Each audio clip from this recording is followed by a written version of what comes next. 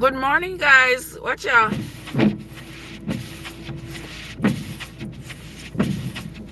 Let's see if we can get some frost off the window, off the windshield, so that we can drive out. Yeah, the frost. Whoa, was I this thirsty? Good morning, everybody. Happy Boxing Day. I hope everybody having a good day. I know not many people know about Boxing Day. It's usually celebrated by the British Commonwealth countries. Yeah, so the day after Christmas. What is name? Delroy Brown. Good morning, Delroy. I like your name. What is I call me so early in the morning? Hold on. Let me say who this I call me so early.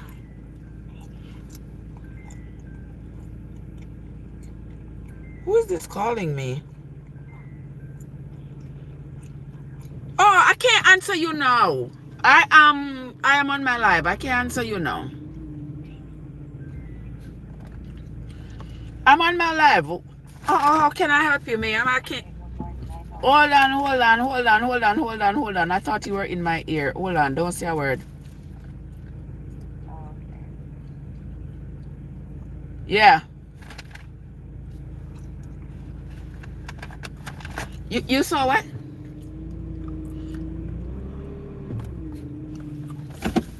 Yeah. Yes. Delroy Brown said me a Jamaican. Alright. You're a Jamaican just like me. Well, that not sound too bad. That not sound too bad, you know.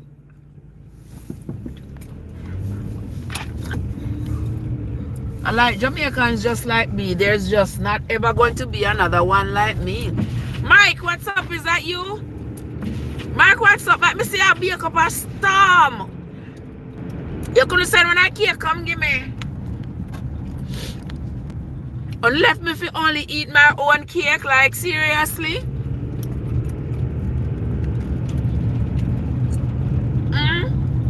Look, at Christmas is the right time. I'm gonna have to take a trip. You know, I haven't been to Jamaica.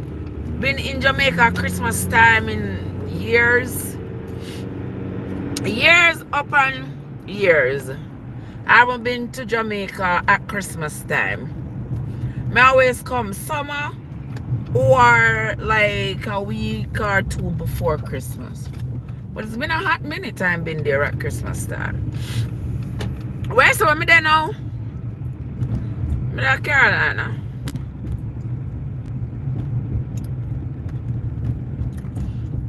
I'm in the liners.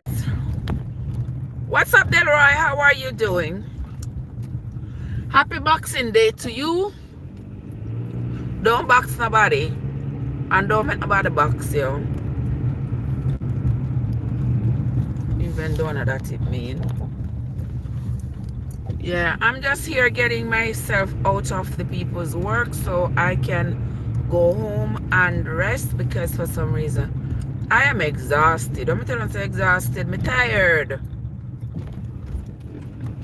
I was up all day yesterday from 3 o'clock until all day, and then I was at work all day, all night, I mean. And now I'm tired because I've gone now over 24 hours without having slept. So I'm tired. So I'm gonna have the live chat with y'all a little bit until I get home, and then you're not gonna see me again until I get some good rest. You see what I mean? So what's up, Delroy? Where you there? You there, Jamaica?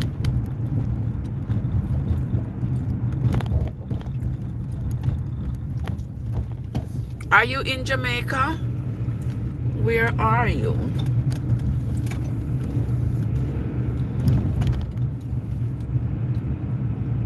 Angie!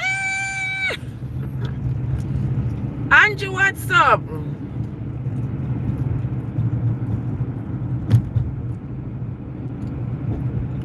How are you doing, my love? Good morning to you. Happy Thursday morning. You don't realize that the last Thursday of the year? Good Lord. 2025 already. I want to say... It was said 25 years ago that the world was going to end.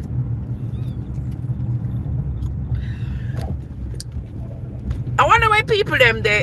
I wonder why people them there who did sell off them things and get rid of all their things when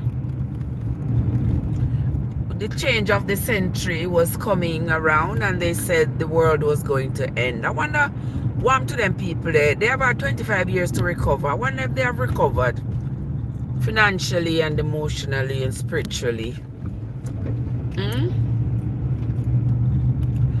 Yes, Angie, I try to be safe out here, my love. I'm just getting myself out of work to go home, go get me some rest, which your sister needs really badly.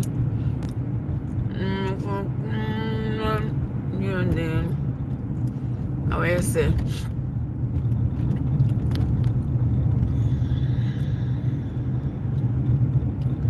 Oh, you're there, Missouri. Lord, you're not supposed to call on Missouri now. Right now, it is 34 degrees to me. And my fingers feel stiff. My fingers feel stiff, seriously.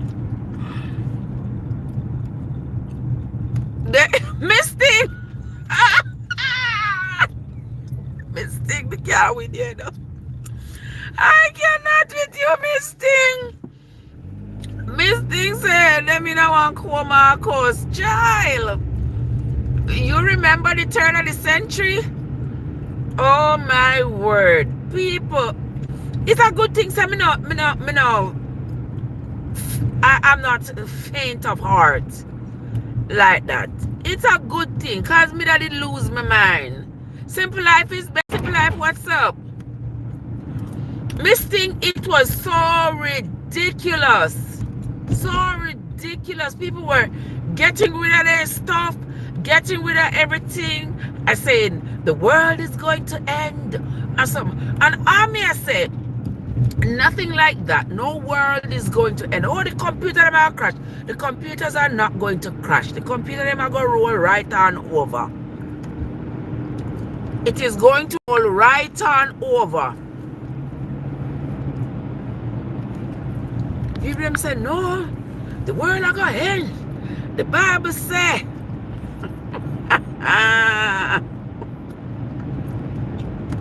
The Bible said 2,000 years. I said, nothing like that. Nothing go so. Nothing go so. Don't stop stress out on yourself. Simple life say we want what GF, what that? You know what you're talking about? What you talking about? My no GF give G. I don't know what you're talking about. Yeah, if you say something you want me to respond to, say something sensible. I tell you, Miss Thing, it was so ridiculous. And when I kept saying that it was foolish what people were doing, Lord of God, a long time people might cuss me say me I eat it, you know. I don't know, long time before internet was so prevalent. Because when I told them that what you all are saying is ridiculous. It's ridiculous. No sky now go open, nobody will come out of no sky. And the world is not like that. Not like that is going to happen. Continue living your life. Continue living your life. People them run go baptize. The people them like, you are stressing out yourselves for absolutely no reason. You understand? Remember my friend tell me, at that time I was pregnant. My friend said, me pregnant. Me I go, yes, sir. I'm pregnant and I'm married. Yes, brother. I held that. Me did I go right there, so. What am I supposed to do? What am I supposed to do? What am I supposed to do with my pregnancy? Because the world are going to end. Well, make the world end with me and my child. Make it go and end. Because what am I supposed to do? What am I supposed to do? If you're not going to tell me, say, oh, you're pregnant, you're not married, and God are going to come. So make God come. I tell you, every time I say, I wish I could talk to somebody who was preparing for the end of the world at that time and see how they feel now. Because you remember that preacher man, me still? Them just love chat, yes. And some of the people, them listen to everything and they are so gullible.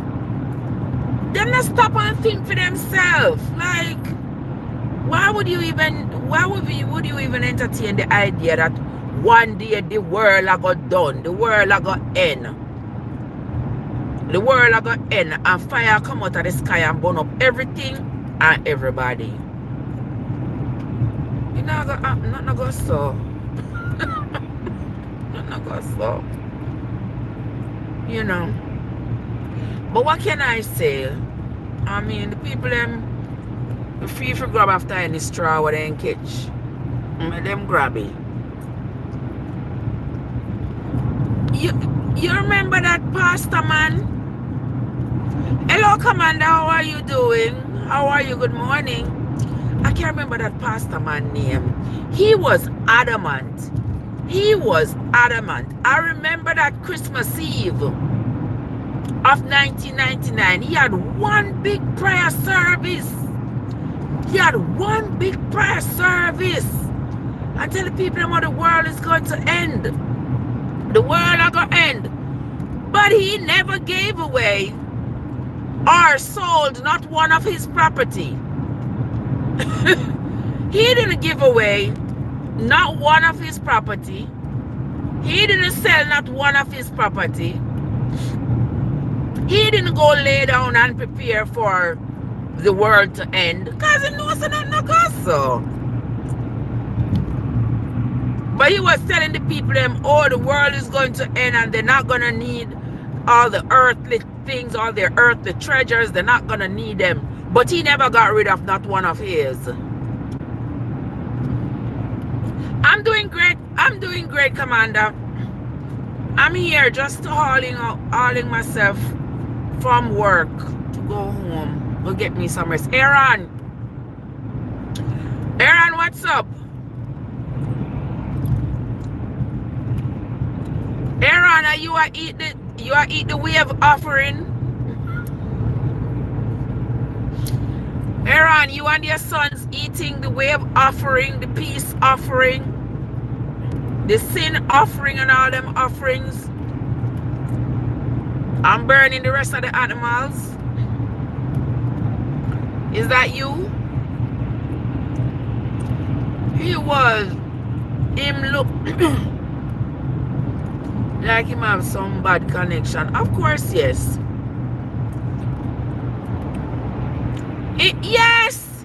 Yes, Miss Thing. You know exactly me I thought. The church members had given him, I wish I could remember his name. But his church members had given him their possessions. Give him everything because they tell him the world was going to end when 2000 came around. And them give him their possession, give him everything because they're not gonna need it. Yeah, the world gonna end. Like, and he kept everything. He never got rid of anything. He kept everything because he knew what he was saying was a bunch of nonsense. It would have been like in my estimation, you see, it would have been like the same thing with Moses. Because you see, Moses was trying to figure out religion just like how every other culture was trying to figure out religion. Not necessarily religion per se, but they were trying to establish their existence, and they were also trying to create laws that was going to govern them. And also they were trying to figure out how we got here. How did they get here? And so everybody was coming up with their own ideologies about how we got here, how the world started, how humanity started. And since nobody had the right answer, nobody can say somebody else's answer is wrong.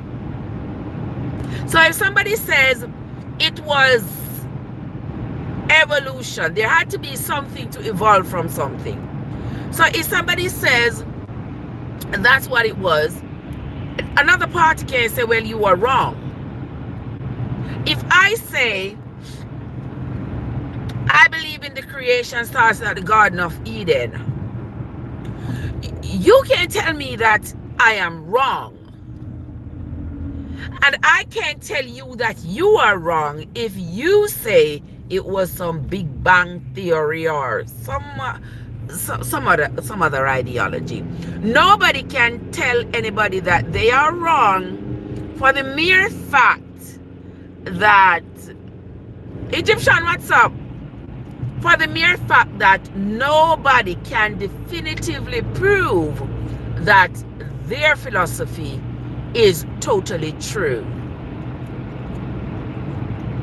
So unless there is somebody who can prove that their philosophy is totally true, then nobody can condemn anybody else's ideology. We just have to say, okay, I believe what I believe and you believe what you believe, and we go our way in peace. That is my philosophy. We just go away in peace, because there's no point in me trying to convince you that there was a creation, there was a Garden of Eden, there were two people in that Garden of Eden, because when you evaluate the entire situation, you see that there are so many holes in the story that you yourself can't explain where those holes came from, or you can't explain those gaps. You can't fill them in. You can't fill them in. So you have to just say, I know something. Me believe what me believe, and you believe what me believe, what you believe, and let's just live in peace and just go about the business. Hey, Lily Lamberto. Hello, Lily Lamberto. Good morning to you. Happy Thursday. You saw me mean me sing. Yeah. You can't just that is why I get so frazzled when I see people who claim to be Christians ready to make a big deal and to fuss at people and oh, they're not talking to people. These people are devils and they don't want to associate with these people. I said, you all are crazy, to say the least. Eh? Pirate Grant, hello, how are you? Mahmoud, hello, good morning, how are you? Yeah, because I don't think even that is the way you approach a disagreement. Especially when it comes to one religious disagreement. Nobody not have the right to argue with nobody over their religion, whether their religion right or their religion wrong. Because nobody cannot definitively say this religion or this denomination is right or wrong. Me say it 1,000,000 times. Look at Christianity. Christianity have 55,000 denominations. Christianity have 55,000 denominations. Everybody using the same textbook. Everybody have the same God. Everybody afraid of the same devil. And all these things. But at the same time, they are fighting amongst themselves. Who is right and who is wrong. So, how you are going to argue with somebody? How you going to argue with somebody say they're wrong when even amongst yourselves you can't figure out who right and who wrong? So no, sister, the fight isn't worth it. The arguing with people isn't worth it. Not for just leave people alone, make them believe what they want to believe. And stop trying to make enemies out of people who don't believe what want to believe. Because if your belief was totally solid, there wouldn't be so many variations of it. There wouldn't be. Yeah, way too much. Yeah, man, them always, yes, them ready for judge you, them ready for curse you, them ready for condemn you. Now forget the condemnation. Them ready for condemn you because them claim say, oh, you know, miss one man pan the talk when me used to follow. And they come on my live one time. And I talk about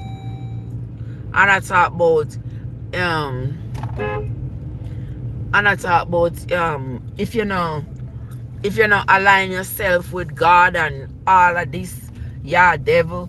Every day in the pan TikTok I preach, I tell people about when you see people and them no believe in the God where you believe in, them a demon, them a devil, and I'm just like, seriously, how kind of pastor that I tell people about if them not believe, if people who not believe where you believe, them a demon and them a devil, and you have to cut off yourself from them. I'm like seriously? Like seriously? I saw him yesterday making sure he telling the people, you know, when you come across these people, they are devils.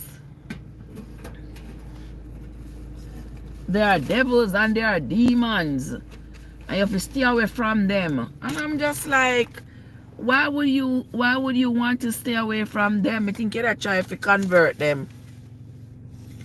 Yeah, I think I converted, I try to convert them. You know, say, you have to stay away from them because them are demon.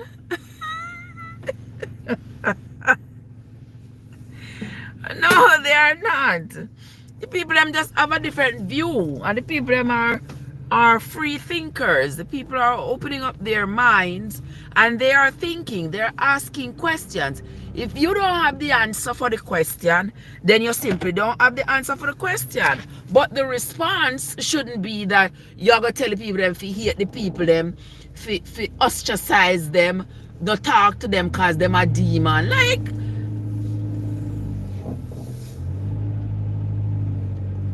that's not even okay. But the thing is, when you Emilio said I have the same crack on the window.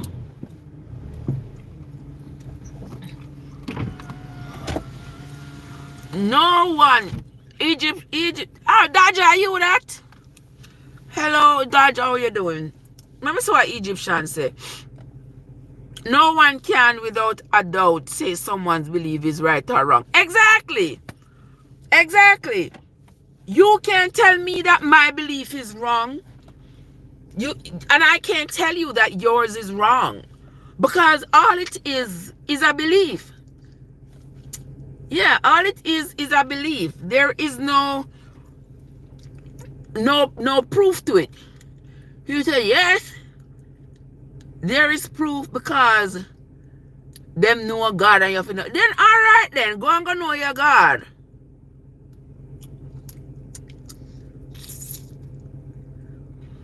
Then that is fine. If you say, well, what I believe is true because I know God, and well, that is fine.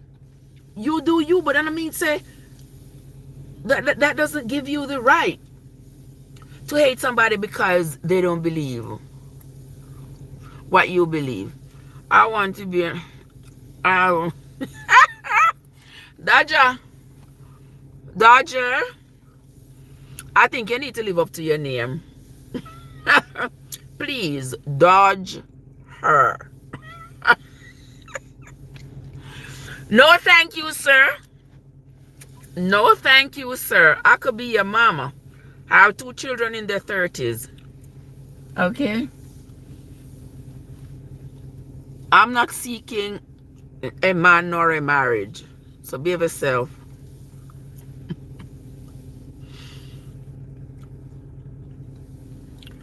Emilio says he has the same crack in his window like mine. What gave you your crack?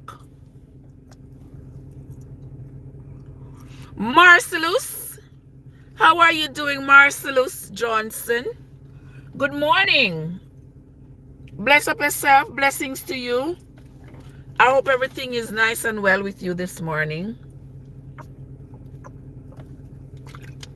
So like yesterday was Christmas Day. I mean, a lot of people keep saying, oh, they don't celebrate Christmas. They don't want nobody tell them Merry Christmas, Happy Christmas. Them not buy nothing. You tell him for me, you know, Deli. Tell him for me, you know. Some don't want nobody. Yeah. Yeah, them said, oh, them not buy nothing for Christmas. Them not put up no light. Them not celebrate. Etc, etc, etc, etc. And I see people, even pastors, that talk about, oh, anyhow you buy any light, and anyhow you put up any light, and anyhow you buy gift and sitting, you're heathen, you're a devil and something. I mean, I say, why them people that keep on and make these people go up on pulpit, go control them and tell them all these ridiculous things? It is a season. It is a season. It is a time. It is a time when it's time for festivities, families getting together, the lights and the celebration. It can mean for you what you want it to mean to you. Hello, Alex. How are you? Alex is in Edinburgh. How are you doing? Talk to them for me, Adeli. You tell them to just allow me. Yeah, so as I was saying, you know, and these pastors are up there on the pulpit telling people, oh, you are heathen. You're a devil worshiper. All of these things. If you go buy a light, if you go put up light, if you go put up Christmas tree, if you go, Lord of mercy, it is the season. Wanna make religion just turn on in some hateful people, and then you say follow the Lord of love. You say follow the God of love. And all this, and all you're doing is hating. And no wonder they say there is no hatred like Christian love. And that is so true. That is absolutely true. You know? Because if all you want to think about is how you can hate the person who disagrees with you. How you can hate the person who does not agree with your religious ideologies. On a religion teach you to leave it alone. On a religion teach you to go around and try to convert everybody. Talk about, oh, God shall not put in his appearance until everybody in the face of the earth has heard about him and has had the chance to accept him. Leave people alone. Until everybody in the world. There were people in the world. There were people in the world prior to Moses claiming that God told him these things. There were people in the world. There were lots of people in the world, and these people were also busy developing their culture and the laws and the rules that are supposed to be enacted in their culture. And they were also trying to establish their God, because the questions about where we came from is as old as time. We're all humans. Since humans have existed, they have been concerned about where we came from. Who was the first human? How did the first human get here? And different cultures have come up with their own ideologies as to how they think we got here. But lo and behold, through the process of time, we have been handed the ideology of Moses. That's what we have been handed. And we take it for gospel and we use it to make enemies.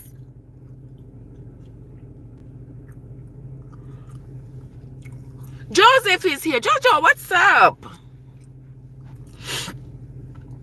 How are you doing, Joseph? How was your Christmas?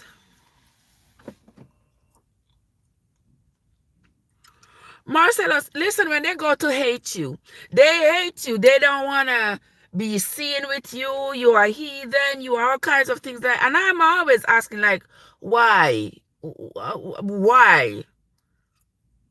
Why? And if you and they never have a straight answer for you, because when you say to them, there is no way for you to prove to me that your belief is true. You can't prove it to me scientifically.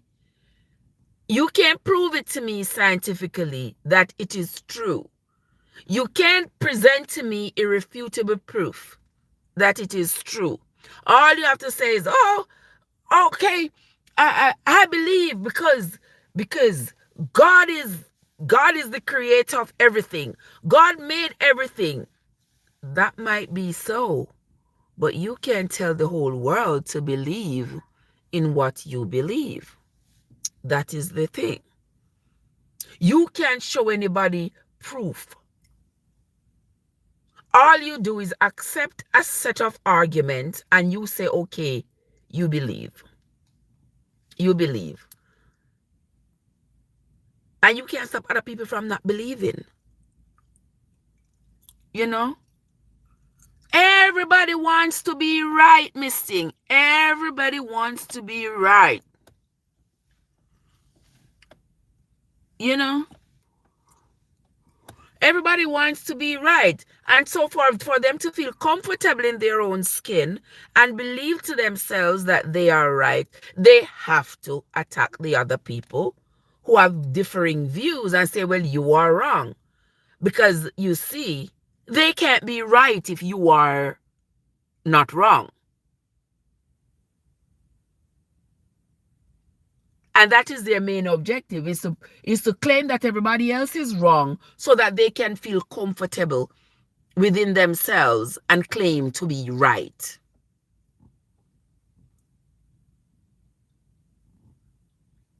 And I tell you, this conversation has gone on for eternity, and it is going to continue throughout eternity because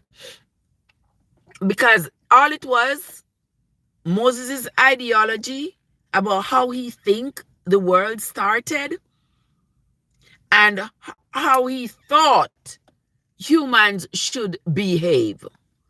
All these things that Moses said, God told him.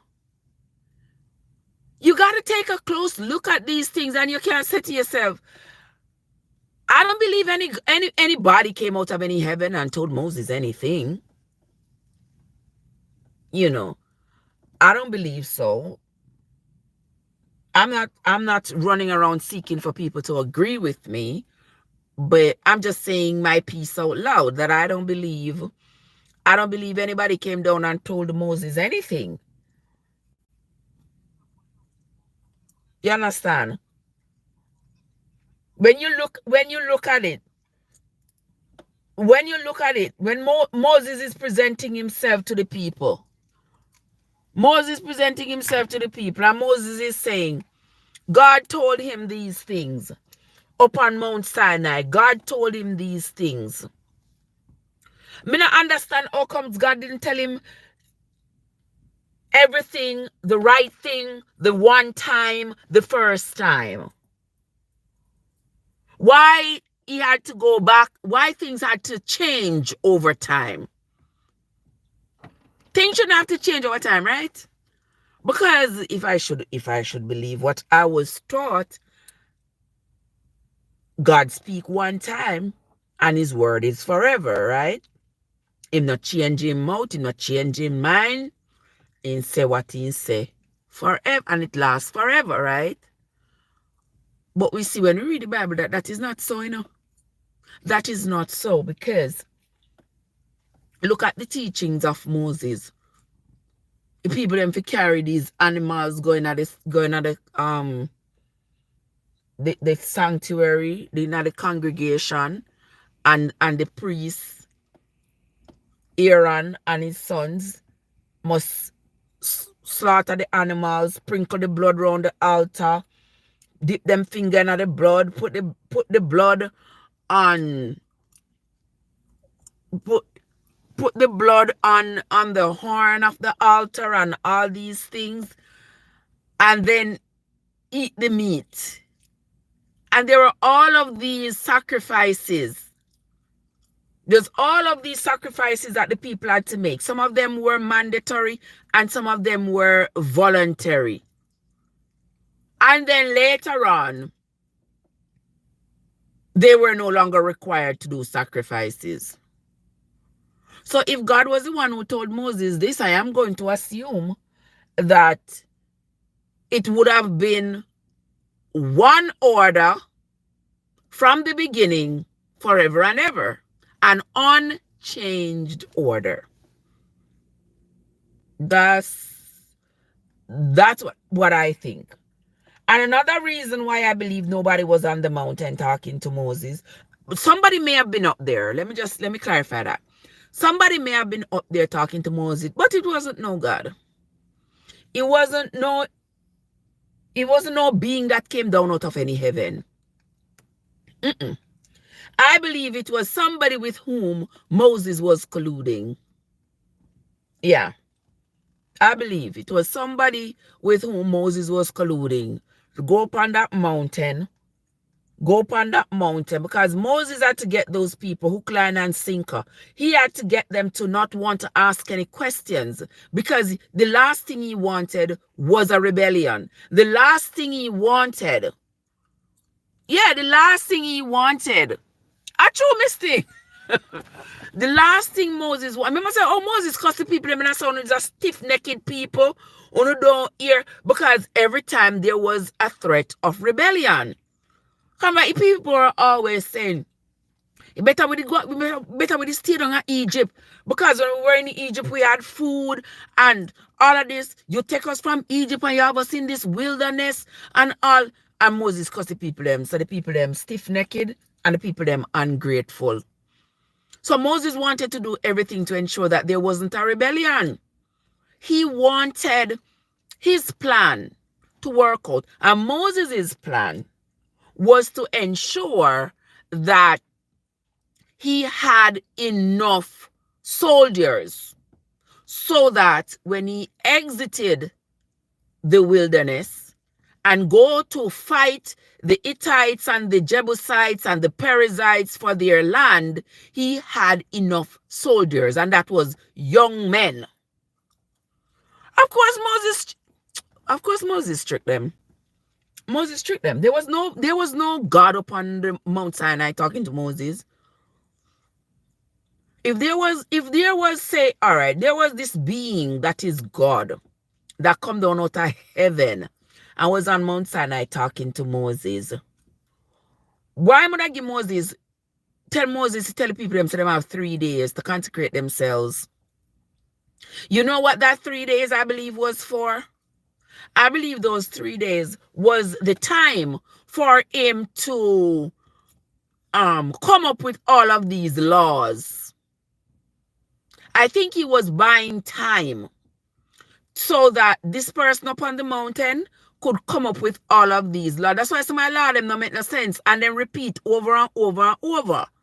Because this person was up on the mountain trying to come up with these laws that was going to help Moses to have an organized culture. Yeah, because I said people them never did have no much rule. They had just a few rules when they were in Goshen. They had just a few rules, and because they were in bondage, because they were the slaves of the Egyptians, they had to do what the Egyptians did. You didn't hear of any established religion, any established religion prior to Moses with the children of Israel. You understand? You didn't see that, because look at the life of Isaac. You didn't see any. Look at the life of Abraham. You didn't see any. It was not until Moses. So my question is, if Abraham did mention something about sacrifice, so where did Abraham get that idea about sacrifice when God had not yet given these laws to Moses? Where did Abraham get those ideas that he could offer sacrifice to God? And Moses was not yet in existence. So Moses did not yet get those laws to establish among the children of Israel. The story not add up. The story not add up. Not at all. Not at all. But Moses had to use the element of fear to get the people to stop rebelling, to get the people to do what he wanted them to do. Because if you notice, when Moses was giving the people the laws, you all notice the ultimate punishment. The punishment was not that, we're going to build this colony, we're gonna create this colony of a jail cell, and then you all, if you disobey, this is where you're gonna go spend a year or so. Moses did not have any of that. What Moses had as punishment? Yeah. You remember the Sabbath day if you keep it holy? You don't keep it holy. Yeah, there wasn't any mercy. There wasn't any alternative punishment. The only punishment was death. And the other little milder punishment from that is that, if you eat the animal, if a wild beast come and rip your animal to shreds and you eat the animal, then you shall be cut off from your people. They put you out of the camp. So they tell you, you can't be amongst us anymore. You got to leave out of here because you're unclean. Yeah, but other things, the ultimate punishment was death. And I'm like, why would this God say, well, in the same breath he's saying, if you do something as simple as do something that I say not to do on a day, your punishment is death for something so simple. And in the same breath, the same God says to you, because I am a loving God. Yeah, because I am a loving God. And I will love those who love you, and I will despise those who despise you. If I'm supposed to go by the concept of God that has been relayed to me, then the God that they present to me in the Bible would be contrary to the concept of God that I believe. That if it's a God, a pure energy, an energy that's filled with love and compassion, they would be contrary. But that's just me. That's just me. Moses, to me, when I read all these things in the Bible, I realize that Moses was a dishonest person. But Moses had an ego, and Moses wanted to establish himself as the leader of this group. He wanted to establish himself as the leader, and you can't have a community that has no rules. So Moses had to establish rules, because the people never did have no rule before. So Moses had to establish rules for them to follow, because he wanted their community, their culture to have some have some resemblance of order. Like there is some order, so the people know what to do and what not to do, and they were going to be aware of the consequences if they did not obey what Moses said. So let me go back to why I don't think there was any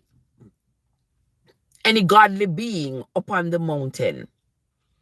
If there was a godly being upon the mountain, why would it be that this godly being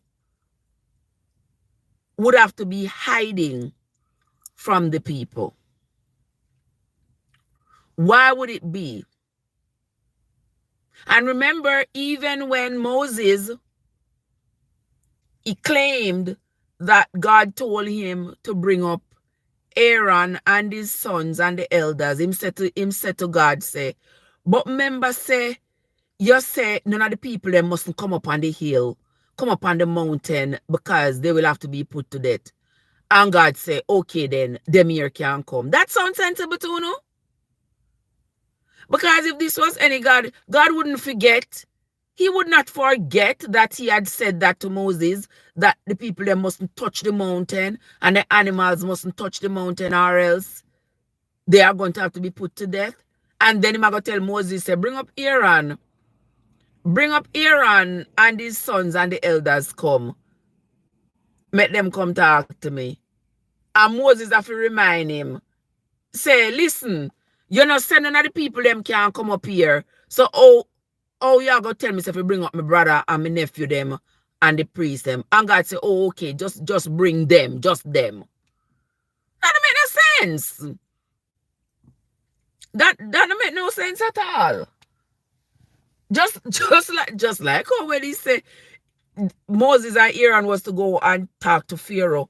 Look how much time Moses said God send him and Aaron to go talk to Pharaoh to let the people go. Look how much time. And in the same breath, the Bible say, and God hardened Pharaoh's heart. So what kind of game that? If it's supposed to be a God as the concept of a God that I feel like a God should be. It's not no time for you play no gimmicks and no games. No. Me say let the people them go, me say let them go.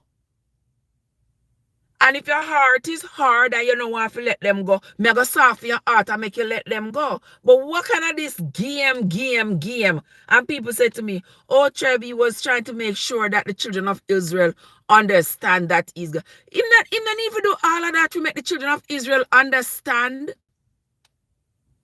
Moses just come up with them something here, you know. Because why would God have to do all of this to make the children of Israel believe that he is God? That is because there were so many elements of disbelief. So Moses had to get extra. Moses had to go out of his way to convince the people that what he was saying was true. He had to go out of his way because the people were not readily accepting some cockadoodle story Moses that tell them. They were not readily accepting it. That's why he always say, oh, them hard-headed, them stiff-necked, them not obedient. Because the people were asking questions. And Moses and his cohorts were thinking ahead. So they were organizing and arranging and rearranging whatever they were going to present to the people, so that when the people ask questions, they could have find one next answer for them. You see what I mean, Egyptian? Yeah. So they could have find one different answer. When they realize that, you know, so them animal this animal business, the sacrificing of animal business, don't look like it gonna work, you know. Because when you're looking at Exodus, Leviticus, look how much animals they keep sacrificing. Do you think that would be sustainable today? Do you think we could sustain having a sanctuary on every block and having people go either with a voluntary offering or a mandatory offering, go present every day, and the priest stand up there slaying this animal and presenting it in front of the Lord, making atonement for you? Do you think that would be sustainable? No. And if God really told that to Moses, then that means that God changed his mind in the New Testament. And if you tell me, say, what God's word is true forever and ever, and it never changed, then why would it have changed in the New Testament?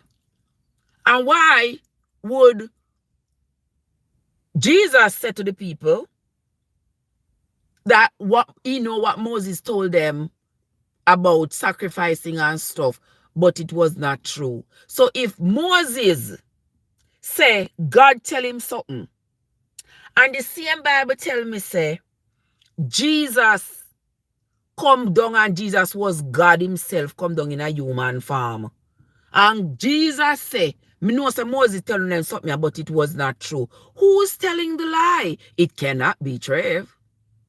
Who is lying? Was it Moses? Was it God? Or was it Jesus? Who's lying? Because something right there, so. Because if God, if I should believe that God come down in the form of Jesus, he's supposed to come down and agree with everything of Moses. I remember say Moses was adamant, you know. Moses was adamant, said these things were told to him by God. And God tell him these things to tell the people. And the people well believe him for generation and generation and generation. And then here come Jesus. Jesus said, you know, say Moses tell when the people them fight back and I say, oh, Jesus I make the people them eat corn. And Moses did say they mustn't eat corn pan, they mustn't break corn pan the Sabbath because, you know, remember say Moses say if them do anything like that pan the Sabbath, them a get yeah. So the people never did that. So here comes now Jesus, they allow the people them to broke corn pan the Sabbath. And I say, well, what Moses tell you now say wasn't true. You see why the people them confused? Of course, yes, you gotta be confused. Because if you want to believe everything where God say, and then them say Jesus coming at the farm of God, and Jesus say some of them sitting there not true. I want to not get confused yet. Me no know what to say for you, no, trust me. Because if I had any doubt, the moment I read in the New Testament that Jesus say to the people, them say some of the things that Moses tell them, then know so him knows so them believe what Moses told them, but some of what Moses tell them was not true. From that, the seed they get planted in my head. Not true. Yeah. If one part is a lie, the whole light is a lie. If one part of it is not true, none of it is true. Because how am I going to be able to decipher what is true and what is not? If Moses fabricates stuff, I can't determine what right or wrong. So my best shot is to say none of this is not right. None of this is true. And I am comfortable with myself not believing this cockadoodle story. I am perfectly fine. Those of you who want to run around and make enemies and quarrel with people because they don't agree with you, no, be my guest. But in all fairness and in all honesty, there's no way that you can expect me to embrace these arguments that don't make sense. Not humanly possible, they don't make sense. People tell me I'm going to read Psalm. I'm going to read Psalm and say no. Let me read Psalm. What Psalm supposed to do for me? The Psalms are the songs and poems of the children of Israel, where them write when them in a bondage. You know when people are at their worst, them usually get creative. Look at how many songs and poems we have about slavery. It was the same thing. You understand? Look when you listen to country music. Country music, you know, talks about the joys and the disappointments that humans experience in life. Somebody married, them broke up in a 2 day, they make a song off of it. Somebody been married for a long time, them happy, they make a song off of it. Somebody divorced, and them have to drive to the Georgia line Every week, go pick up them pitney and drop them. They make a song off of it. So that has been a coping mechanism for a long time. So the writings in the psalm are from the people who were writing down what they were feeling. Same as when you are in any relationship. If you can't lie about one thing, I must question everything. Exactly, Egyptian. Exactly. If you're going to lie about one thing, how am I going to know when you are telling the truth? How am I going to know? And when the people questioned Moses, like, why it seems like everything that God say, why we can't see God? Why only you one can't see him?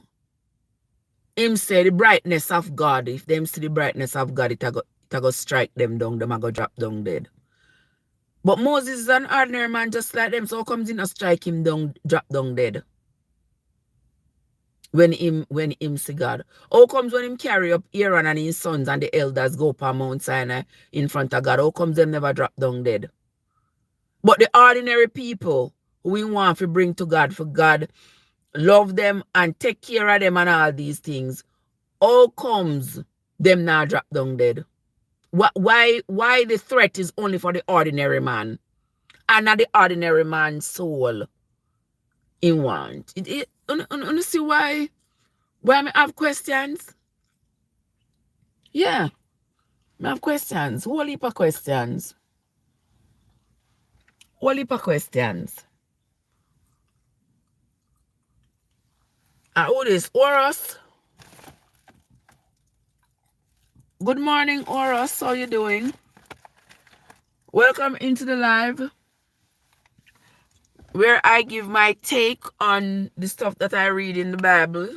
If you all come on my channel, know sir, for the last few months I've been doing mostly the Bible readings. Yeah, my goal is to narrate the entire Bible. I'll leave it there.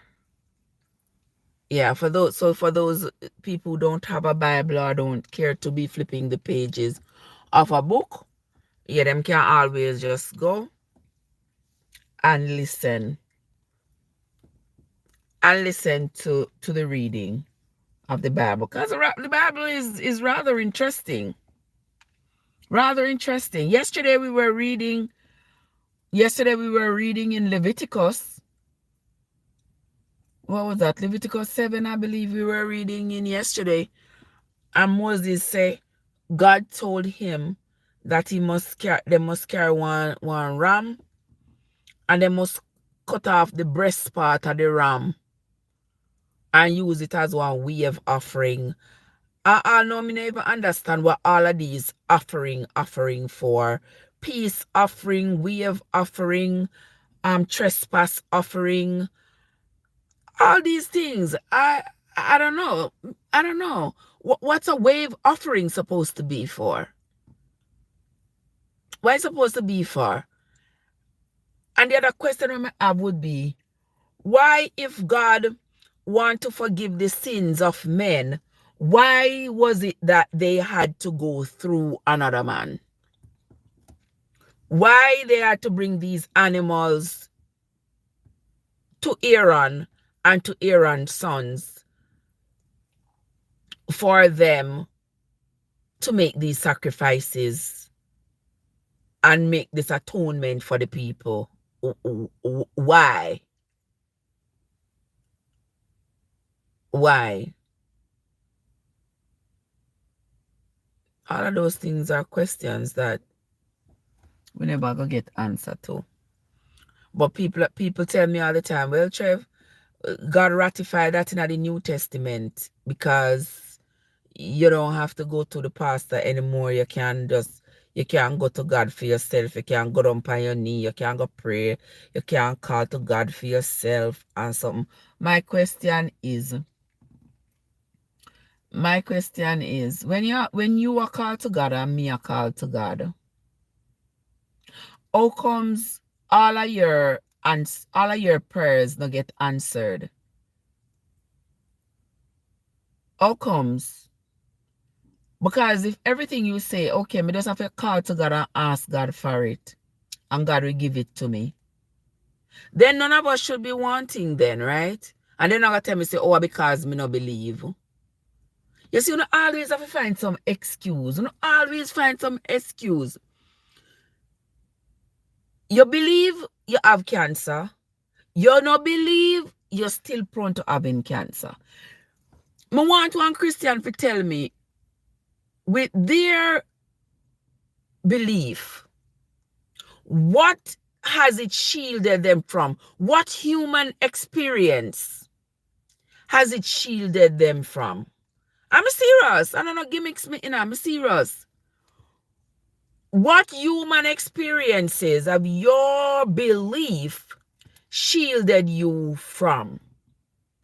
We can say to me, say, Trev, you know, say, because me believe in a God, you know, say, me will never get sick. You know, say, me will never run out of money. You know, say, me not have to even go to work. We can't just sit down right here so and just pray. And somebody are going to come and carry some money, come give me. Yeah, hold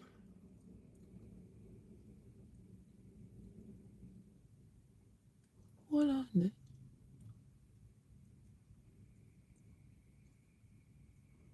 Yeah, that me want to know. Which human experience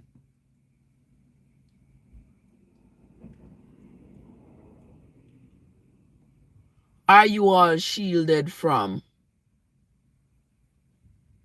I mean, I tell you, say none. We're not shielded from no human experience.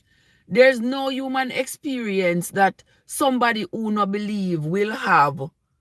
And uno.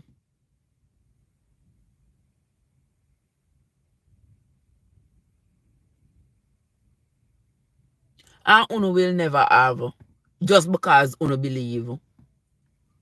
Kadoy! Good morning, Cad. How you doing? I want to say, but what happened? You see, me just a come from the people that work, ma'am. Yeah, work me just a come from. Tired as a ghost. I'm glad to see you. Good morning. Good to see you.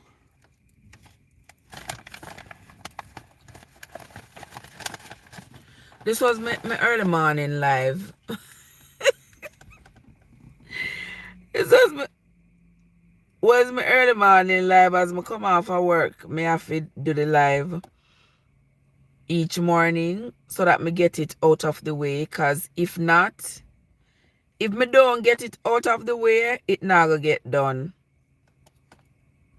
And I am determined. I am determined to get back myself together and get myself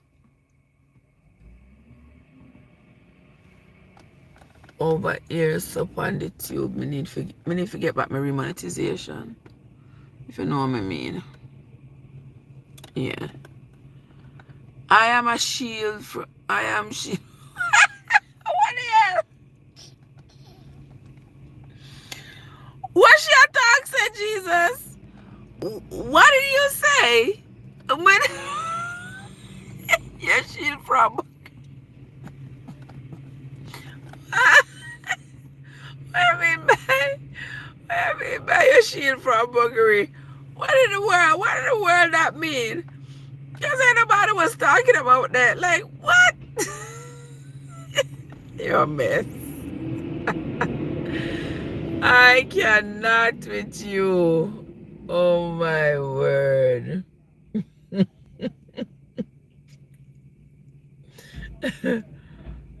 I saw.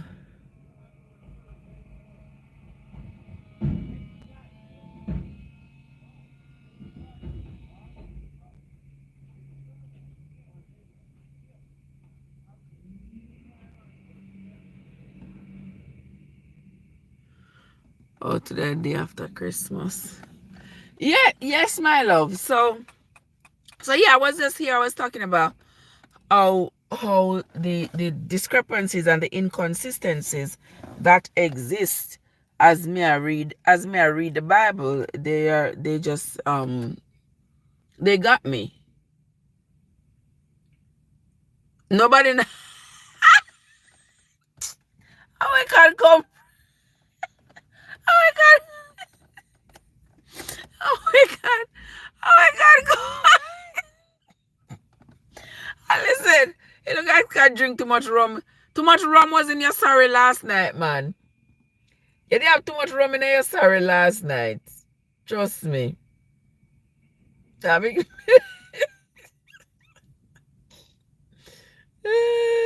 gosh. Mm-mm. Oh my word. So me there say that's what I was here talking about. I want my Bible there. So my a rum cake. Lord have mercy. The rum cake junk you.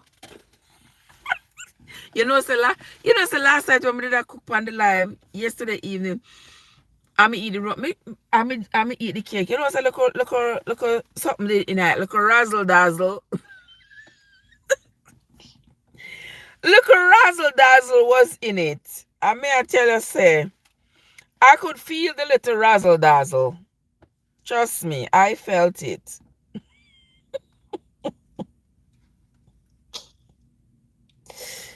I felt it, my love. Wasn't much still, but it was enough to be felt. Oh, this texts me. Okay. Wanna have plan for the new year. I don't know say me gonna be off New Year's Day, you know. How we are gonna do this thing? How we are gonna start out the new year?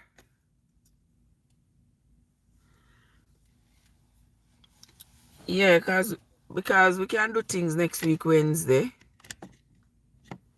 I don't know. I don't know why that's something not work properly. Okay.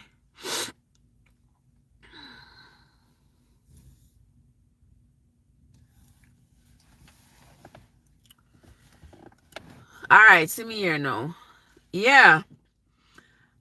And we are talking about we are talking about yesterday we were talking about the sacrifices, all the sacrifices them and Moses that Moses claimed to have been told by God that he needed, that the people needed to do to ensure that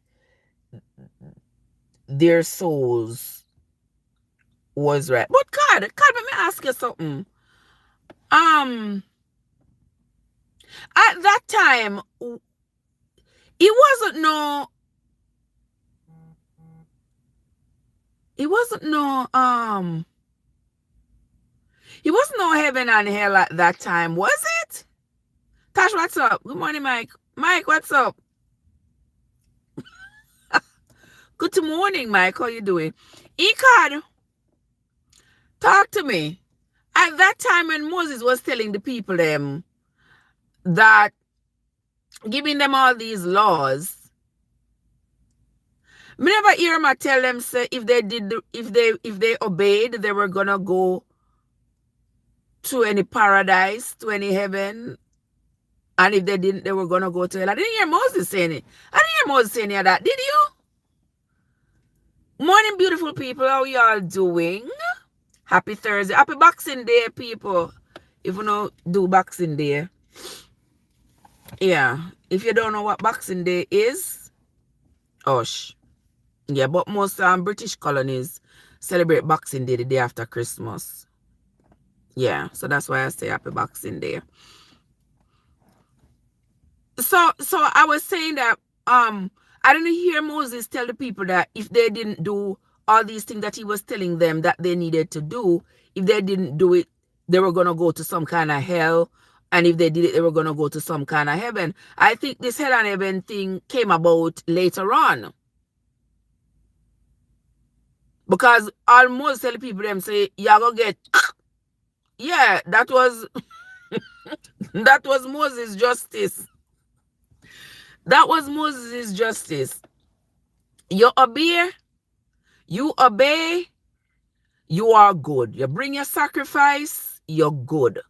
You don't bring your sacrifice, them throw you out of the camp. Yeah, them throw you out of the camp and you can't come back. Yeah, and that was a terrible thing. That was a terrible thing in of itself. For them throw you out of the camp. You say you're no longer among the children of Israel. Them throw you out a door.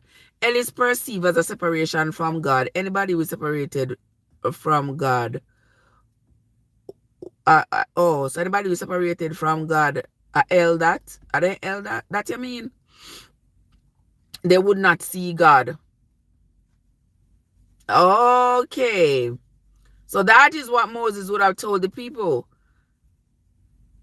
That once him throw them out of the camp, then them can't see God's face again. So that's it for them? Is that what you're saying? Because Moses had one of those punishments where he said he threw them out of the camp, put them out of the camp, and them can't come back. Hold on, let me see how this will text me. Everything here so is perceived, my love. All of it is perceived. People just come up with stuff. People just come up with stuff because it seems like fun at this point for just come up with stuff. Oh yeah, there has got to be a place of punishment. Whereas I'm not nice and fresh, I'm just come off of work. Child, can you imagine? I'm say last time I'm tired, you know. I'm tired. I'm wake up yesterday from 3 o'clock. From 3 o'clock, and I was up the entire day. And I'm gonna work up the entire night. Yeah, when the 2 o'clock hours come, then now, me say me go up on a piece of struggle bus, see brother. me have to keep on a walk around like mad smaddy. Me have to keep on a walk around like mad smaddy because, good Lord, when the struggle take me, all right. See, say he told Adam and Eve in the day that you eat the apple, you shall surely die. It wasn't a physical death, but a spiritual death. That I even if me believe that story there. That I even if me believe that story there. Them tell Adam and Eve they shall surely die. But then when he was throwing them out, he said they have discovered the tree of good and evil. We don't want them to discover the tree of life, so we have to throw them out. But why never they throw out Satan? Why never they just get rid of Satan? The logic ain't logicking. The logic is not logicking. You see what I mean? Yeah, it's not logicking because if me bring one pet snake in the house, if I bring a pet snake into my home, all right, me buy this pet snake and me bring this pet snake into my home, right, Bonafide? Patrick, happy holidays, mwah, mwah. Happy holidays, my love. How you doing? Good to see you. I'm back to the argument now. Bonafide, bless up a nice clean self. So listen to this now. So if I bought a snake and I brought this snake into my home, knowing that I have my daughter there, this snake bites my daughter. I tell my daughter, don't go near the snake. Don't go near the snake. But she still go near the snake. And the snake bite her. Why would I get rid of my daughter and keep the snake rather than get rid of the snake and keep my daughter? Wanna answer me that? I would not keep the snake and get rid of my daughter. I would have to get rid of the snake. So that's why I don't understand. I don't understand. Every time me say something, try to convince me, say, oh, Trev, but it was this, but it, not have no logic. Logic is broken. Logic is broken. And don't have no proof, don't have no fact. Just want to bamboozle people and try to make people feel guilty. Try to make people feel guilty when them not believe what believe. Not try to make them feel guilty and make them feel like say, oh, something wrong with them, or them a do something wrong and make them afraid. The same kind of tactic when Moses used. Make people so deathly afraid. Misinformation and deception. Of course, yes. They have to deceive you. They have to. And this information that they claim that they are giving you, I just some of them make up in their head because there is no proof to it. Nobody can give you no irrefutable proof and say, this is the truth. This is what happened. Patrick, if ever this story is even true, the story can't be true, P. The story cannot be true because the story have too much holes. Then later on, when they want to justify all the holes in the story, this is what they say.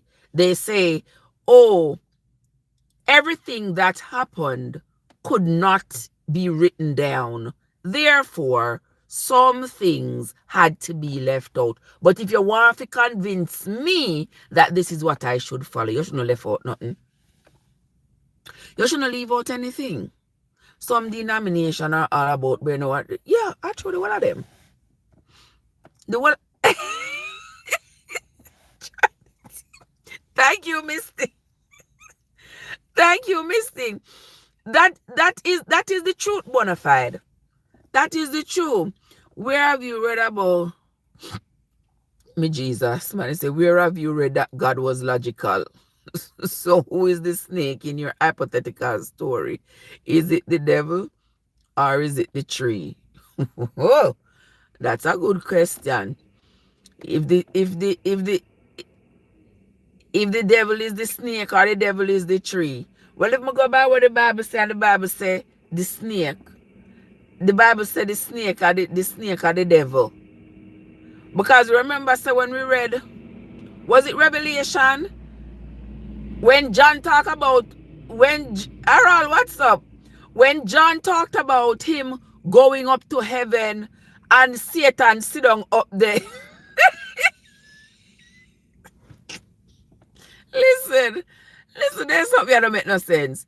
Him go up forever and Satan sit down up there waiting on this woman to give birth.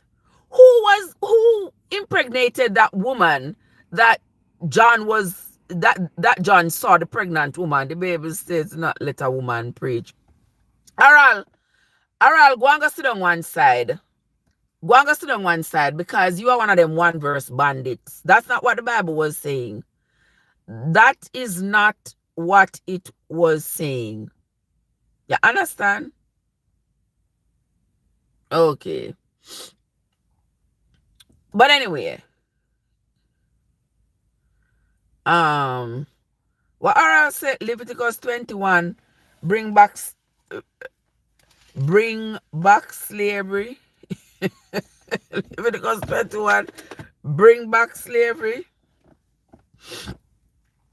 You come for trying the conversation, you come for cause problem. Which one?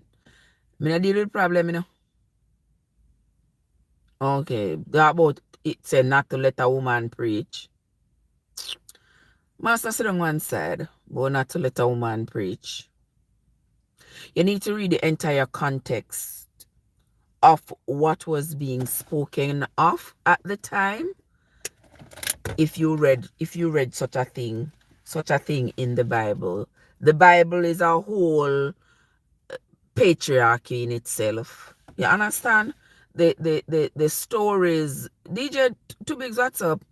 The stories in the Bible, if you notice, men are elevated. It was their culture.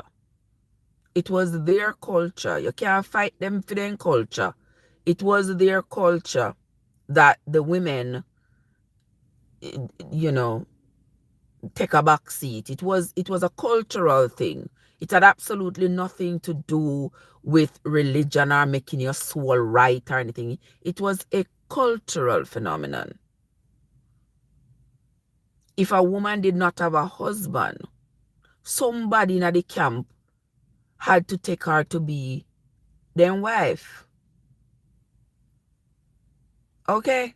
Somebody had to take her to make her into a wife, because it was in those days, in that particular culture, it was not okay that a woman not have a husband. The woman have to have a husband.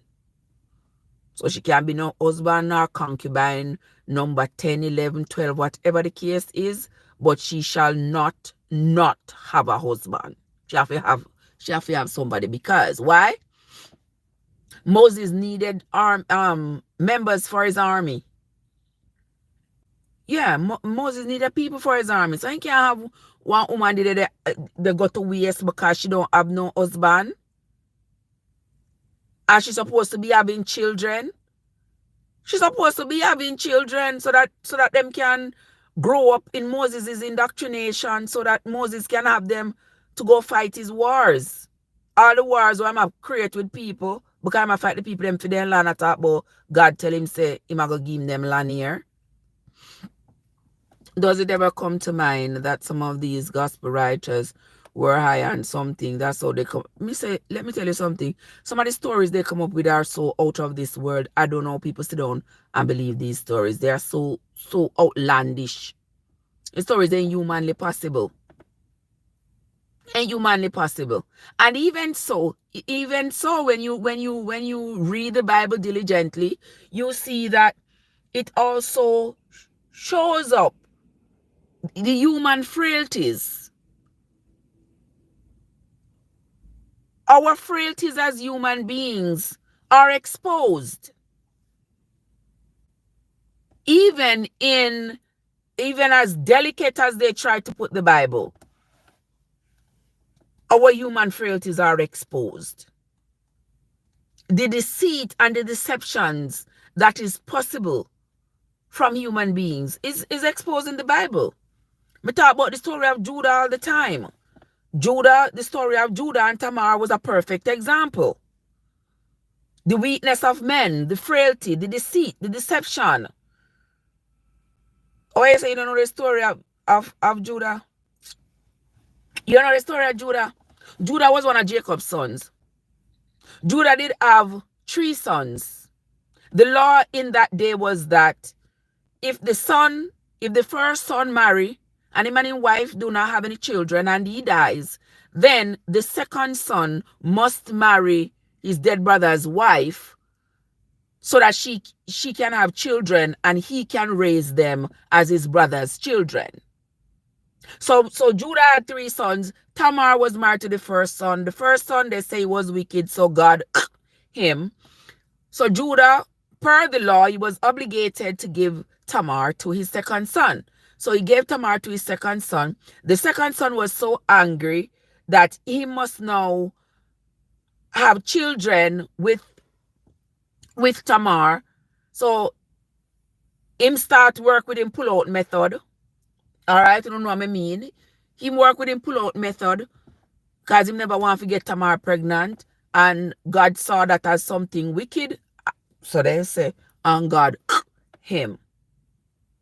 All right. So then there was the third son. So per the law, Judah is supposed to give the third son to Tamar. Judah said to Tamar, oh, this son here, him is too young. Him not ready for marriage yet. So this is what you gotta do. Go on back to your father. Go stay your father. When this third son becomes a grown man, then I will give him to you to marry. Tamar goes back to her father, and she is there waiting. And the boy get big. The boy turned big man, and Judah did not honor his promise to give that third son to Tamar. So Tamar say, okay, I go and set for him. I go and set for him. All woman a plan for Kalalu and Kalalu a plan for run him belly. So she said, I go and set for him. She sat out on the roadside when she know that he's going to pass with his sheep and goat them because he's going up on the mountain to go shear his sheep, a shearing time. You know, there comes a time when they have to take off the wool off the sheep. So she sat out on the roadside and pretended to be a prostitute. Now, if Judah was not familiar with buying prostitutes, do you think Judah would stop to be Tamar's client? But because he was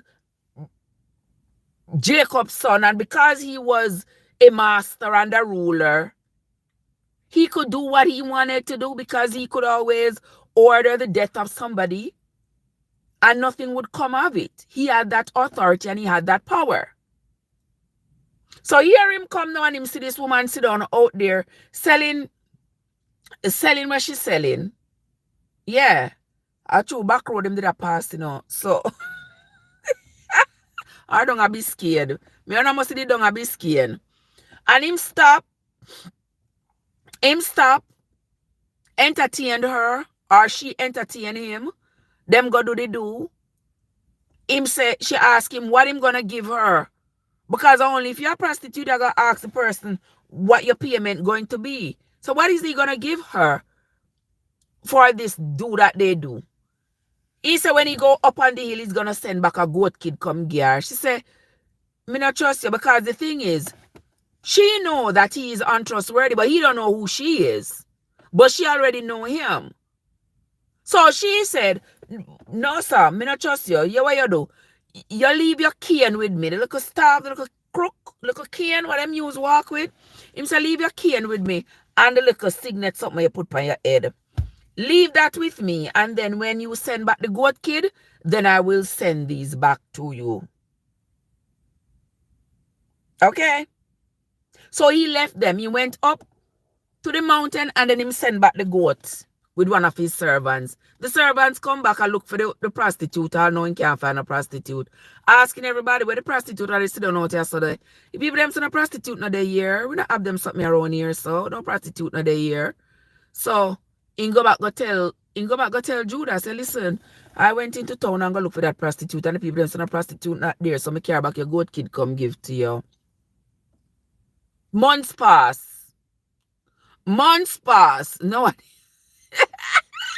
Patrick said that's why women nowadays want the money first.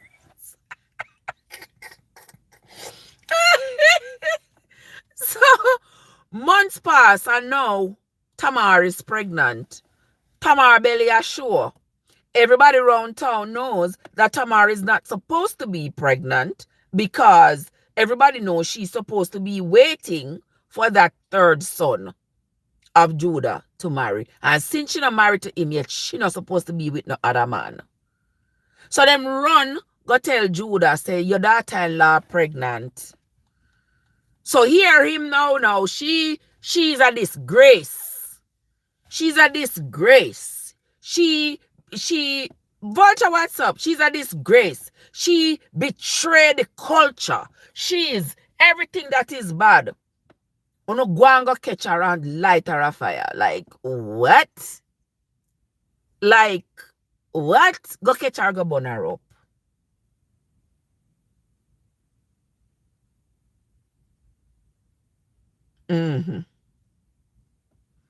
I saw a story going on.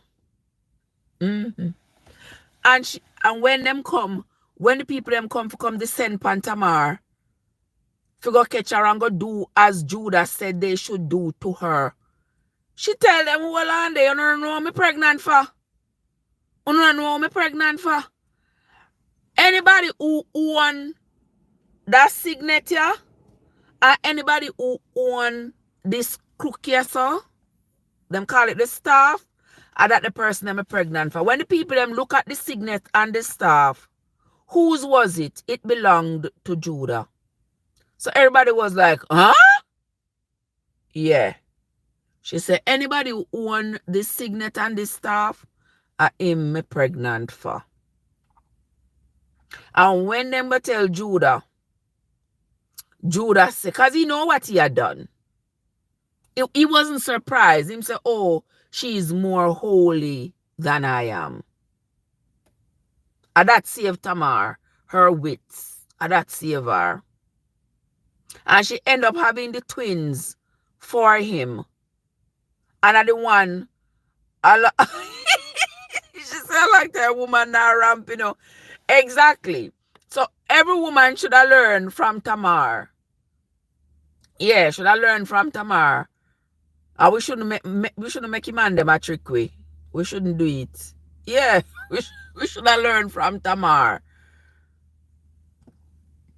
And Tamar ended up having the two boy them theme. And if my memory serves me right,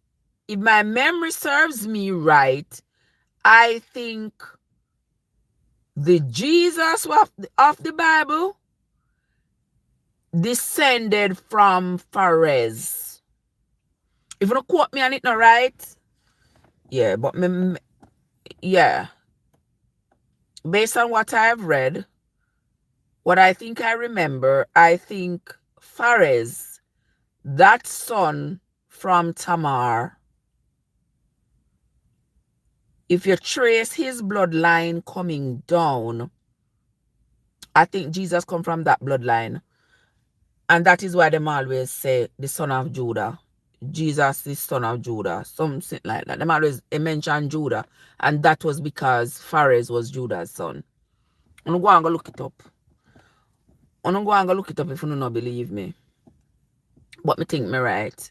You understand? You understand? So I say all of this to say that the frailties of humans, we can't escape it no matter which generation.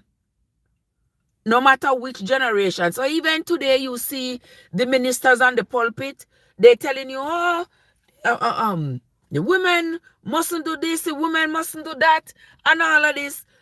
Bible say a woman mustn't do this, and a woman, like the person just come talk about the Bible say a woman mustn't preach. Go sit on one side.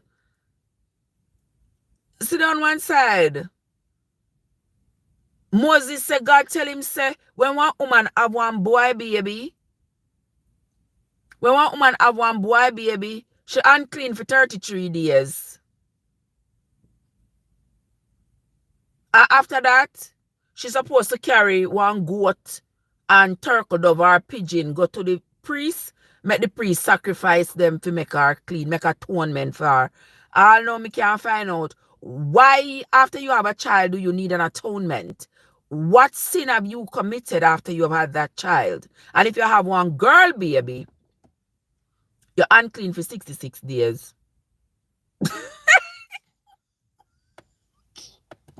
I know me not make my atonement them yet. Yeah.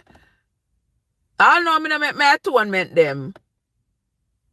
But all these things that are in the Bible, all these weird things that are in the Bible, unu really and truly would I really expect that modern day people who are thinking for themselves could adhere to these things? Somebody asked earlier, say, who write the Bible? I'm going to say this over and over, say, you know, like how you would have sit down and write one novel and you maintain your storyline and your characters and stuff like that. That's not how it is with the Bible, if y'all notice. Right, Two Bigs? Yeah, that's not how it is with the Bible. Why? Because the Bible is a collection of writings over many, many, many, many years. Because if the Bible can document, if in the Bible it can document things from say, all right, you see like I was talking about Judah. From the time of, hold on, let me see if I get this right.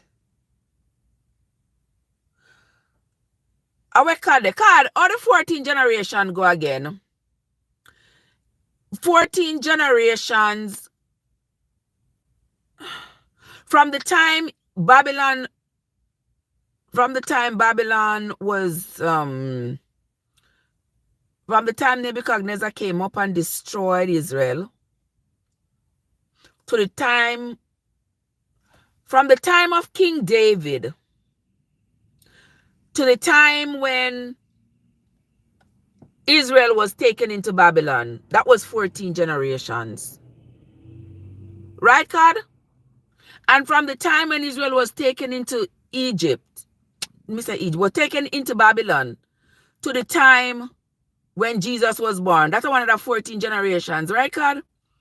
If the Bible is able to span all these lengths of time, the Bible can tell us Methuselah lived to be 969 years old. The Bible can tell you about the time of creation and all these events that occur up until the time when Noah built up the ark and the earth was flooded off. That's one of the story. Ooh. Yeah. So clearly it cannot be that any one person wrote the Bible or anybody would have sat down and documented these things like that. It has to be from archives.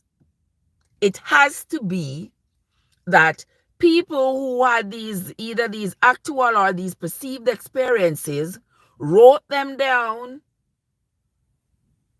had them in their collection, their national treasury, whatever, and then over time they have selected some of these writings and put them together in what is we now know as the Bible. And that explains why there are so many missing parts. You'd come in like say you build one car, and you keep on a go over Cairo Road to go get parts for the car. And you go over there today and you find one mirror. The mirror here come off of one Isuzu, but it can't work for the car where you build. You're going to modify everything so that these mirrors can fit. You go back over Cairo Road and you go get one windscreen. You go back over Cairo Road and you go get one engine. By the time you finish putting this car together, it is a car, but the parts of the car mismatch. Every single piece of the car was made by Suzuki. Because you just go over the car place and go get it in pieces. The same is the Bible. The same way. It's just all of these writings over the years and them just put them together. That is why I notice when I read the Bible, it tell you about some other books that are not in the Bible. Why you think it do that? Why you think it tell you about some other books that are not in the Bible? Because there are other writings, whole heap of other writings by ancient Hebrew people that's not added to this collection. So you can't find them. You can't find them either individually, you can't find them in ancient libraries or stuff, because the people were encouraged at that time to write their experiences down. Because writing your experiences down was a way of sharing information. Red, I will see you in a minute. How you doing? Good to see you. I guess because we are all born in sin and shaped in iniquity. I guess. Nothing to do with this argument, but I'm writing a movie. I have a part that I think you'll be perfect in. Let me know if you are interested so you can give you a rundown. Talk to me. You have to talk to me off the ear. You have to talk to me off the ear about that, Patrick. You have to talk to me off the ear about that. You should have a way of contacting me by now. You should have my number by now. Or my email. Yeah, you have to talk to me off the ear. Lloyd, good morning. How you doing? Welcome. Welcome into the live. Thank you for stopping. Dervan, I see you. Good morning, Dervan. How are you doing? Why you say you don't? You should, peep. You should. That is your assignment for today. That is your assignment for today, my love.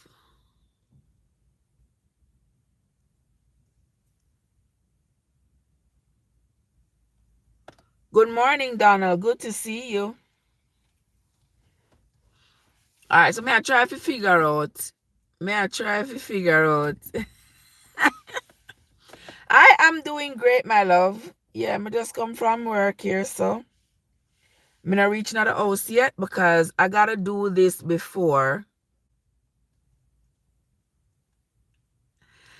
That Thank you, Miss Thing. I have to do this before I get in the house because if I don't do it before I'm going out the house, it not gonna get done. All right, which chapter we start with I gonna read today? One day I can get to meet her for real. Trust me, you have to work on it, you know. You have to work on it, you know, Danny boy. You gotta work on it. Ice cream for the baby. I don't know what the heck is that. Thank you, Donald. Thank you so much, my love. Wanna see you me dress up. I just got work last night. Cause time cold and things change. You know what I mean? Yeah, I appreciate you, my love. Alright. Mom, make sure so my phone them not get too hot because you know so when they're on here, so them usually get hot. So I gotta do the little reading before my phone them lose charge or get too hot and shut off. Alright, yesterday we did read Leviticus 16. Alright, so today we read Leviticus 17. Alright, make we knock it off. Let's somebody say me if you read the Council of Chalcedon. I want him so. I appreciate you too, Red. Thank you so much, my love. Thank you so much. I appreciate you. Instead if you read the Council of Chalcedon. I want name some people. What name the Council of Chalcedon? I have to go look that up. I never hear of it yet. But I appreciate anybody who tell me if I go read anything. I will. I don't have a problem. Share on WhatsApp. I don't have a problem going to read something. I appreciate you. All right, so my question, what else Moses said God tell him in our Leviticus. Somebody said they have heard of the Council of Nicea. Is that how it's supposed to spell, Red? But them never hear of the Council of Chalcedon. Hold on, let me write it down. Chalcedon. All right, I'm gonna look that up. Okay. And let's move on to I said the Council of Nicea too. All right, Nicea. All right, I'll look it up. I'll look them up both. All right, we're gonna do Leviticus 17 right now. And the Lord spake unto Moses, saying, Speak unto Aaron and unto his sons, and unto all the children of Israel, and say unto them, This is the thing which the Lord hath commanded, saying, What man soever there be of the house of Israel that kills an ox, or lamb, or goat in the camp, or that kills it outside of the camp, and brings it not unto the door of the tabernacle of the congregation to offer an offering unto the Lord before the tabernacle of the Lord, blood shall be imputed upon that man. He has shed blood, and that man shall be cut off from among his people. So now hear that if you slay any animal that you are slaying, you have to bring this animal to the tabernacle to slay it in front of the Lord. If not, you shall be cut off from among your people. To that end, that the children of Israel may bring their sacrifices, which they offer in the open field, even that they may bring them unto the Lord, unto the door of the tabernacle of the congregation, unto the priests, and offer them for a peace offering unto the Lord. And the priest shall sprinkle the blood upon the altar of the Lord at the door of the tabernacle of the congregation, and burn the fat for a sweet savor unto the Lord. All right. And they shall no more offer their sacrifices unto devils. All right. That part that me didn't want to say something about. It says, and they shall no more offer their sacrifices unto devils. That tells me that the children of Israel were practicing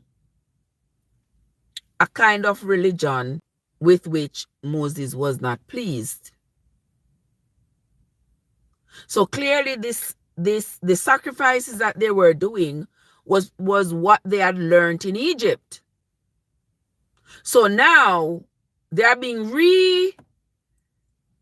Moses is changing the whole schema of things. Anything that they knew before, anything that they learned before, anything that they did before, him I make sure say him change it. They gotta do things now his way.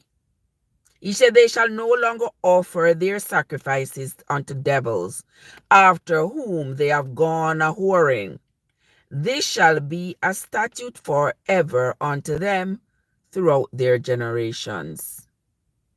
And thou shalt say unto them, whatsoever man there be of the house of Israel, or of the strangers which sojourn among you, that offers a burnt offering or sacrifice, and brings it not unto the door of the tabernacle of the congregation, to offer it unto the Lord, even that man shall be cut off from among his people.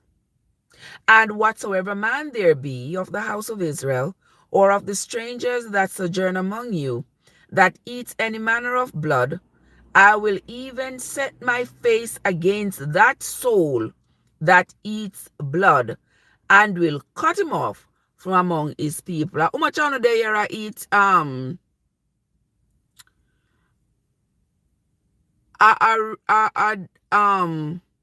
eat blood sausage. That's what them call it.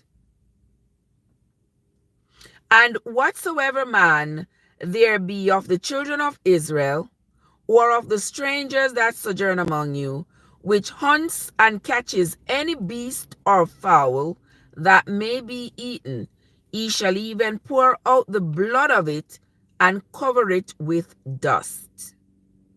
For it is the life of all flesh. The blood of it is for the life thereof. Therefore I said unto the children of Israel, ye shall eat the blood of no manner of flesh. For the life of all flesh is in the blood. Whosoever eats it shall be cut off. And every soul that eats that which died of itself, or that which was torn with beasts, whether it be one of your own country or a stranger, he shall both wash his clothes and bathe himself in water, and be unclean until the evening. Then shall he be clean. But if he wash them not, nor bathe his flesh, then he shall bear his iniquity. He wanted them to do things the right. Red say he wanted them to do things the right and proper way.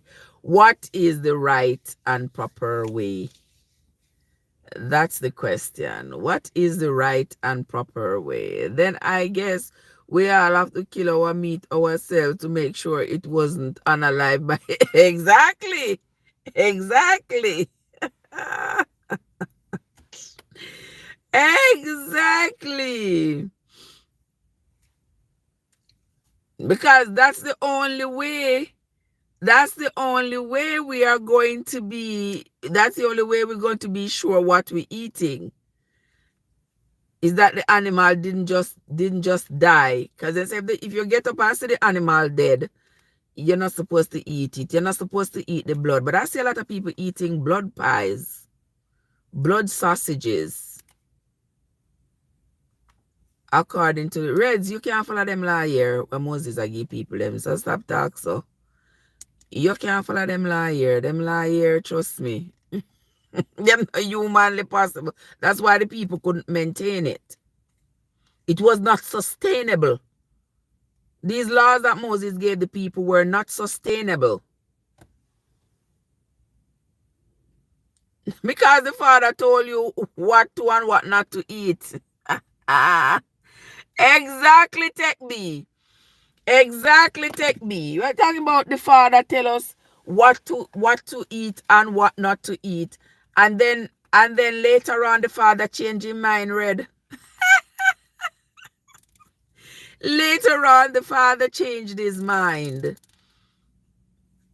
So you tell me, why didn't the Father know the right thing to say from the beginning? Why did the Father have to change his mind later on? That is my question. So if the Father changed his mind later on, what is going to be the recompense for the people who were following the original law? Yeah, the people who died following the original law. What's going to be their recompense if you want to say to me that the people who are obeying the new law, these are the people who are going to be redeemed? What is the redemption for those who were following the law before the Father changed his mind? Me just ask. Because the Father surely did change his mind. Thank you, Charles. Charles, how you doing? The Father did change his mind. Because all these things here, so that was said in the Old Testament, these things were not considered. God already knew he was showing them their disobedience. But the thing me not understand to be, if he already knew that they were going to sin, why would he give them false information in the first place? That not sound like a godly thing to do.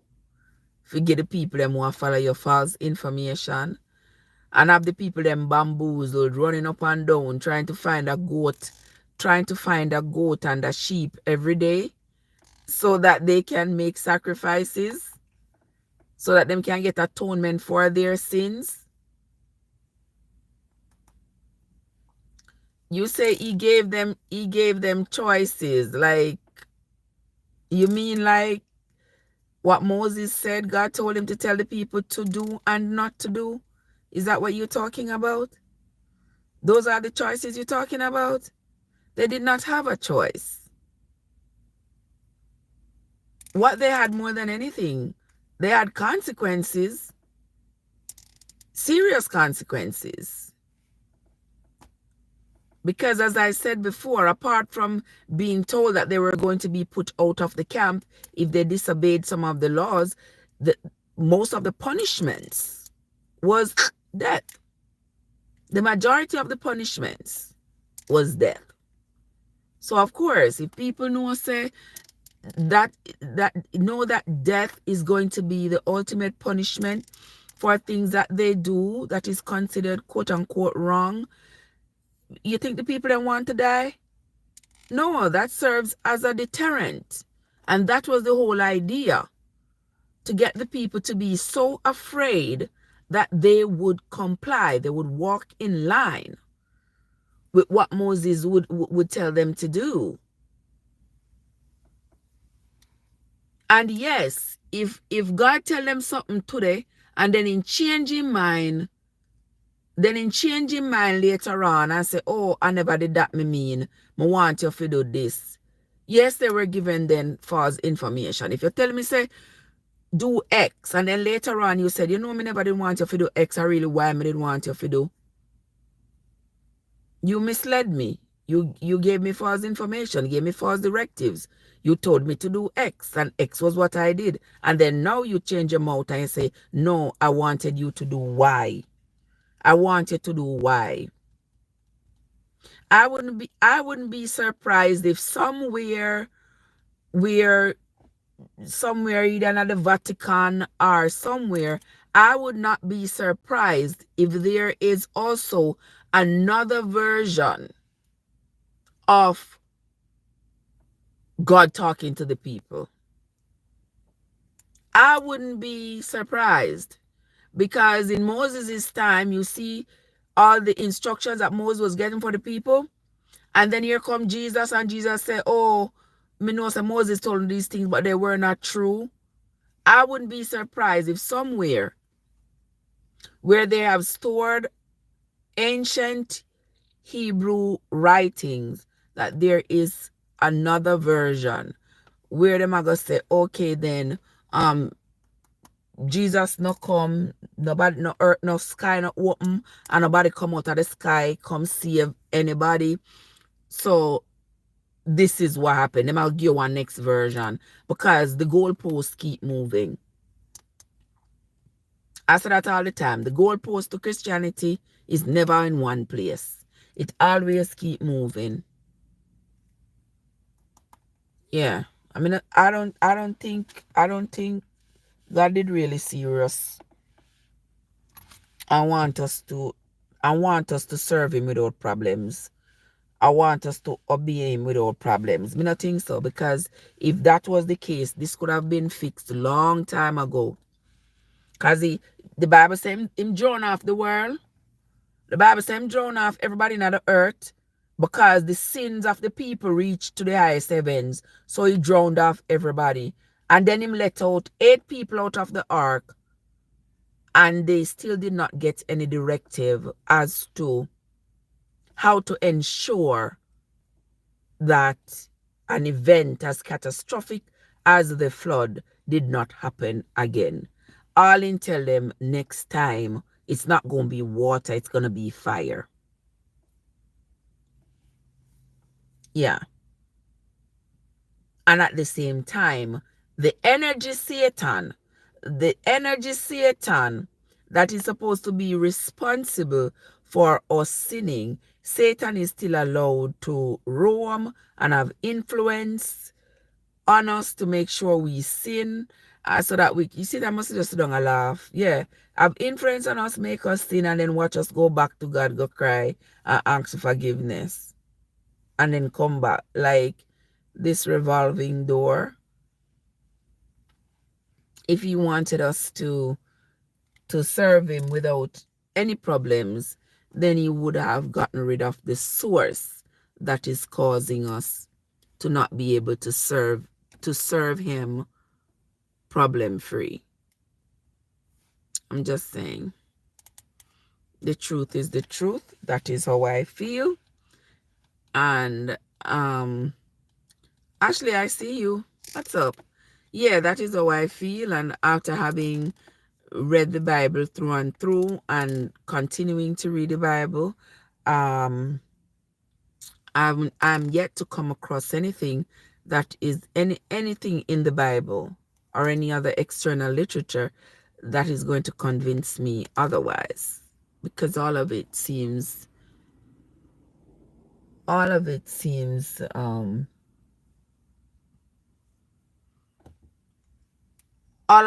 ridiculous to me.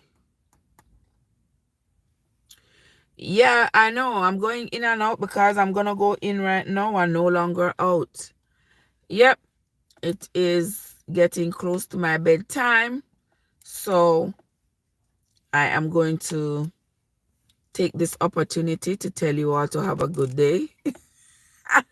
Yeah, so that I can go get me some rest, because I gotta go back on the grind later. Antonique, what's up?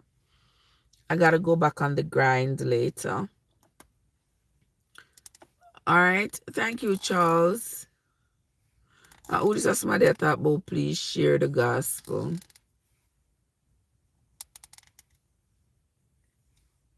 Okay. Anyway. Anyway, Tafari and Antonique and the others who are here, I want to say thanks to everybody who stopped by this morning. Thanks to everybody who stopped by this morning. I've achieved my goal. I said each morning at least 2 hours I have to come on live and see there. The 2 hours. That is enough for right now. Right now, I go sleep. So I want to say thanks to everybody who came in. Even though don't leave me alone for go and talk to myself. Thank you, Donald. Don't leave me alone for go and talk. You take me, but that's okay. Me no mind. Me no mind. Me love chat. Yeah. Yeah, so we are come back. That was Leviticus 17 we finished just now. So we are gonna come back and tomorrow we will continue reading. But if you want to listen to the uninterrupted narration of Genesis and Exodus and some of Leviticus, you can listen to them on the channel. I have the narrating. I narrate them and post them on my channel. So you can always go listen. If you don't have a Bible with you, me know you have your phone with you. So you can always go and listen. Right, Joseph? So you can always go ahead and listen to the readings. All right? I'm going to see if I can leave the readings of the entire Bible there. It's going to take me maybe another year or two to finish doing that. But I am committed to doing it. So we are going to do it. All right? And that's where we're going to end. That's where we're going to end the live for this morning. When we come back tomorrow morning, we will continue doing what we do. All right? And that's going to be it from me for this morning, my friends. Until next time, this is Trev from Trevessence, and it's where your journey matters. Egyptian, have yourself a great day. I appreciate you, my love. Cod and the others, Miss Ting, thank you so much. Donald, thank you so much. I appreciate you. Tech B and the others. Mike was here as well, and several others. If me not call your name, and I know, no offense, right, Bonafide? And Vulture was here too. All right, thank you so much, my love. Have yourselves a great Boxing Day, guys. Don't box nobody, and make nobody box you. And I will see you all later. Watch, I'm just in time for my phone to lose charge. My phone are dead. See you later, guys.